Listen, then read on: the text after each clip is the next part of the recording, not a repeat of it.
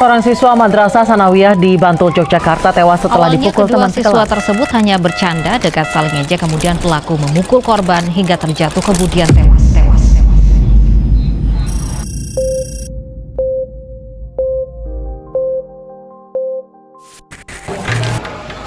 Kita kaget sekelompok sama dia beda sih. Orang Cina kan biasanya pintar. Biasanya. Iya sih, sekalian lupa nilai. Tapi jangan deh, katanya sih orang Cina. Orang Cina paling ini biasanya. Akhir-akhir ini, kita sering mendengar konflik yang berawal dari hal kecil, komentar di media sosial, atau ucapan yang katanya hanya bercanda. Namun, ketika candaan menyentuh hal sensitif seperti fisik, ras, atau latar belakang seseorang, tawa bisa berubah menjadi luka. Karena candaan bukan hanya tentang niat, tetapi juga tentang bagaimana orang lain merasakannya. Woi Cina, ada apa kan bilang kayak gitu?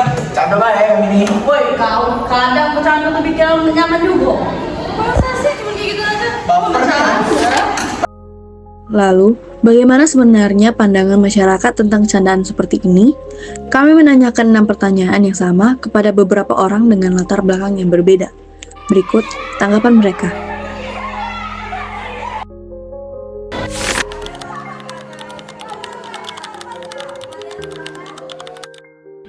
Menurut saya, candaan bisa berubah menjadi intoleransi ketika candaan itu sudah mengarah kepada atau mengejek ya, tindakan mengejek seperti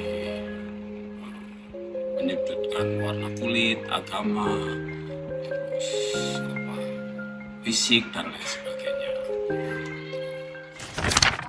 Buat candaan bisa berubah menjadi tindakan intoleransi adalah ketika ada pihak yang merasa tersakiti, ada pihak yang merasa tersinggung.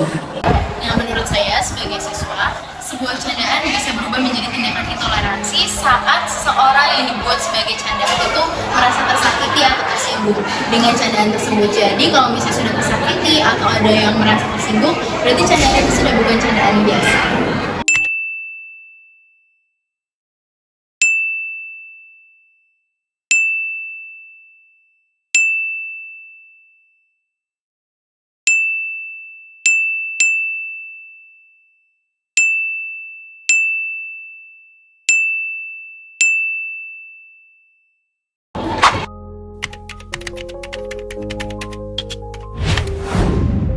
Karena kebanyakan orang selalu beralasan bercanda, kemudian tidak pernah memikirkan perasaan orang bahwa apa yang dikatakan, apa yang dilakukan itu ya karena menurut orang itu bercanda, jadi ya dia nggak memikirkan perasaan orang gitu.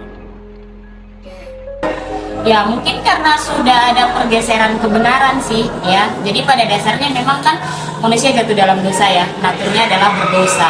Jadi kadang-kadang sesuatu hal yang menyakitkan justru itu dianggap jadi sesuatu yang wajar, padahal sebenarnya itu tidak boleh dilakukan. Nah, sekarang banyak siswa-siswa tuh sudah terbiasa menganggap candaan-candaan yang menyakitkan, menyinggung suku, ras, bahkan fisik itu sebagai hal yang biasa. Karena sudah mulai tenar di media-media sosial kita mengkritik orang-orang lewat fisik, tapi diselubungi dengan candaan.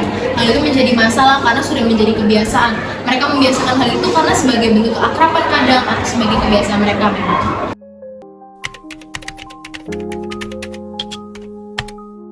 Peran teman sebaya tentu mengingatkan teman bahwa candaan yang sifatnya intoleransi itu tidak baik dan itu menyakitin orang lain. Maka fungsi teman sebaya adalah terus mengingatkan sih sebagai penyeimbang. Peran teman sebaya tentu harus saling mengingatkan ya. Tentunya teman sebaya ini juga harus teman yang memang punya kesadaran.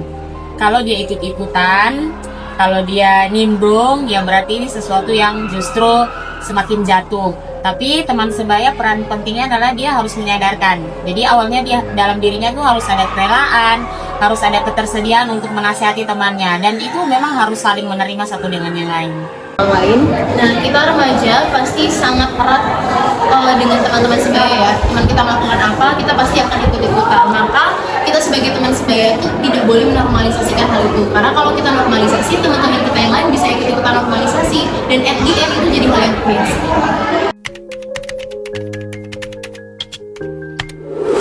Melakukan pembinaan, melakukan bimbingan, dan memberikan edukasi-edukasi dengan mengundang narasumber.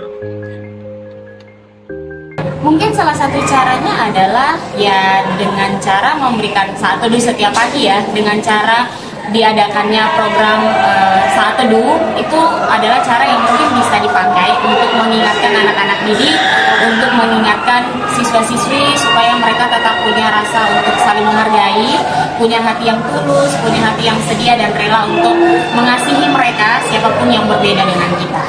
Tidak membiasakan candaan-candaan mungkin dengan nama orang tua, panggilan fisik tertentu, dan mungkin membina anak-anaknya supaya melakukan candaan yang wajar. Apa pesan dan pelajaran yang dapat diambil? Berdasarkan hasil wawancara kita bisa mengambil kesimpulan bahwasannya dari candaan-candaan kecil yang kita lontarkan, yang kita anggap sebagai suatu hal yang lucu, ternyata bisa menjadi suatu kegiatan intoleran bagi orang-orang yang berbeda dengan kita. Nah, jadi di sini kita bisa mengambil kesimpulan bahwasannya kita harus memikirkan dengan jernih apa saja kata-kata yang ingin kita ucapkan, yang ingin kita keluarkan, dan juga apakah perkataan yang nantinya akan kita keluarkan sebagai candaan akan berujung pada hal yang baik atau yang buruk bagi orang yang mendengarkannya. Maka dari itu di sini juga kita memerlukan peran teman sebaya untuk memperingatkan dan tidak menganggap hal yaitu candaan membawa tentang ras, suku, agama adalah suatu hal yang wajar, dan kita juga memerlukan sekolah untuk mendidik lebih baik lagi muridnya dan juga memberikan suatu narasumber yang menceritakan atau membahas tentang intoleransi ini dan apa saja cara untuk mencegahnya dan juga cara untuk menghilangkannya. Guys, omongan kalian itu bisa nyakitin siapa aja. Kita nggak pernah tahu isi hati mereka dan kapan mereka tersakiti dengan omongan kita. Jangan sampai kita menyakiti orang lain. Bercanda boleh saja dilakukan asal bukan perbedaan yang dijadikan bangsa. Yuk mulai dari diri sendiri untuk lebih bijak dalam bercanda. Buat orang lain ikut tertawa, bukan malah merasa terluka. Karena tawa yang baik adalah tawa yang bisa dirasakan bersama.